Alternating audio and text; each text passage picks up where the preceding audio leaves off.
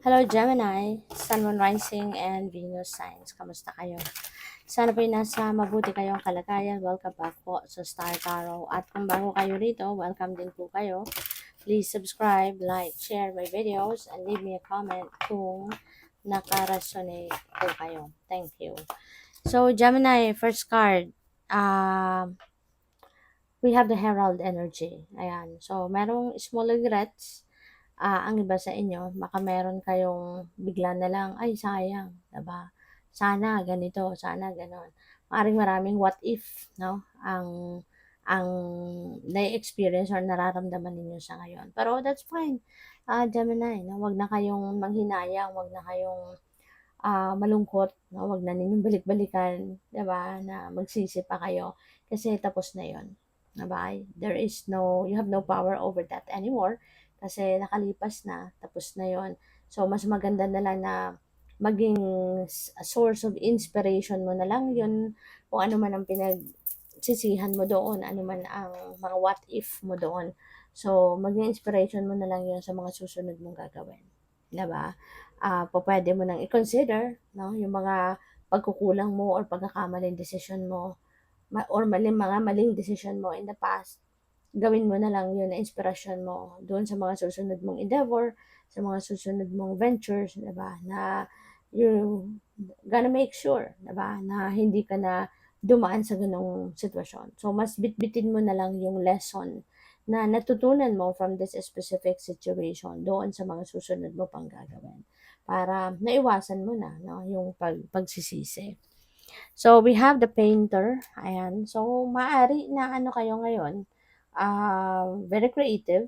Maaari talaga na pintor kayo, may talent talaga kayong ganon, may artistic touch talaga kayo.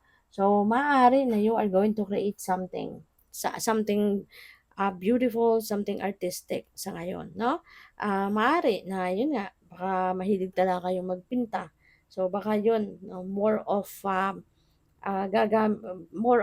pagpipinta talaga siguro ang gagawin ninyo or siguro kung ano man yung bagay na yan na gagawin ninyo sa ngayon or sisimulan ninyong gawin, more of more of your skills, no, and talents talaga ang gagamitin mo dito. So good for you.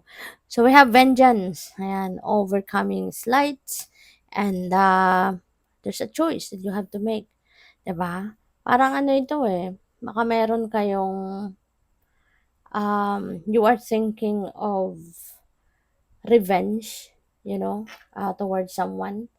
Pero parang hindi ka naman hindi naman gano'n kasama, 'di ba, yung naiisip mo. Kasi parang gusto mo magkaroon ng revenge sa isang tao. Kung ano man ang ginawa niya sa'yo, nasaktan ka, maaaring gano'n. Pero hindi mo pa rin magagawang saktan din siya, 'di ba? Hindi mo pa rin kayang gawin na mag-revenge ka in a way na kung ano naramdaman mo, yun din ang ipaparamdam mo sa kanya, no? Hindi ito revenge in a bad way, kumbaga. But kaya yun, iniisip mo din, no, na if you're going to do something to hurt that person, wala din namang magandang mangyayari sa'yo, bagkus mapapasama ka pa, 'di ba? Kaya you're making a good choice dito na mas ang gagawin mo na lang, mas lalo kang magsisikap, mas lalo kang magtiyatiyaga, no, sa trabaho, sa career mo, sa business mo, or sa kung saan man. And you are just going to move towards success.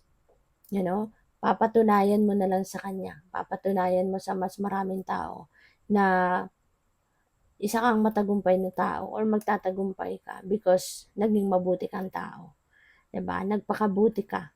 Hindi ka naging masama even if other people have done something wrong sa inyo, nasaktan ka or niloko ka or whatever, hindi ka pa rin gagawa ng masama, para na makaganti.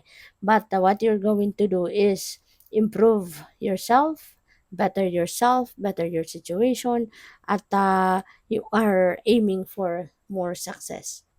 Which is tama. Kasi 'di ba, may kasabihan na success is the best revenge, hindi ba? Kaya maaring 'yun, no, 'yun ang pipiliin mong path sa ngayon rather than hurt other people. So, by the way, maraming salamat for subscribing. And if you haven't subscribed yet, subscribe na kayo. And also, maraming salamat din for not skipping the ads. Malaking bagay yan sa akin. And also, please click the join button sa baba ng video kung gusto ninyo na mag-join kayo sa membership. Okay? Salamat! So, we have quieting the mind. Ayan. So, ito yung kailangan mo, no, Gemini. Quiet your mind. Kailangan mo na magnilay-nilay, magmuni-muni. Kailangan mo na mag-meditate. You know, if you've been practicing meditation, then maaring sa ngayon, yun ang dapat mong gawin. Yun ang kailangan mong gawin. Kalmahin ang inyong sarili, kalmahin ang katawan mo from head to toe, di ba? Para na makabalik ka sa sentro so that you can ground yourself, di ba? Kasi when you are grounded, when we are grounded, we feel better. 'Di ba? Kaya 'yun ang maaaring gagawin ninyo. Naka-ano siya, naka-meditative pose, kaya po pwede ng iba sa inyo talaga you're going to do some kind of meditation. So, we have a tall tale. Ayan. So, pupuwedeng meron ditong kasinungalingan. Maaari na yung mga kasinungalingang ito, maaaring 'yun ang naging dahilan, 'di ba? Para, ah, maaaring 'yun ang naging dahilan 'no, kung bakit ka nasaktan. Pupuwedeng merong nagsinungaling sa'yo, 'di ba? Or pupuwedeng ginawaan ka ng kuwento, yung gano'n. Maybe nag-manufacture ng kuwento, about you, pero yun nga, hindi naman totoo. Wala namang basehan, 'di ba? So, pupuwedeng gano'n ang nangyari diyan. So, we have it is what it is, 'di ba?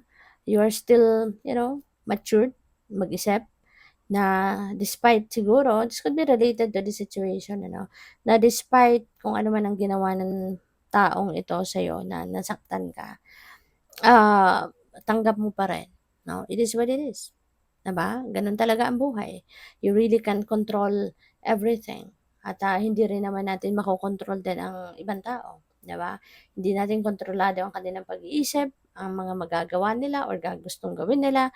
So, kaya tatanggapin mo na lang na sadyang gano'n talaga ang buhay, 'di ba? Only, what you can control is yourself, 'di ba? Kaya ano nung magagawa mo, kahit magalit ka, kahit awayin mo siya, wala din naman ang mangyayari, hindi naman na mababawi kung ano man yung sakit na dinulot na niya sa'yo, 'di ba? Kaya, being an emotionally matured person, you are just going to accept what is, 'di ba? What is happening, what is unfolding in your life, tanggap mo na 'yun, ha? So, ano pa yung mga messages para sa'yo?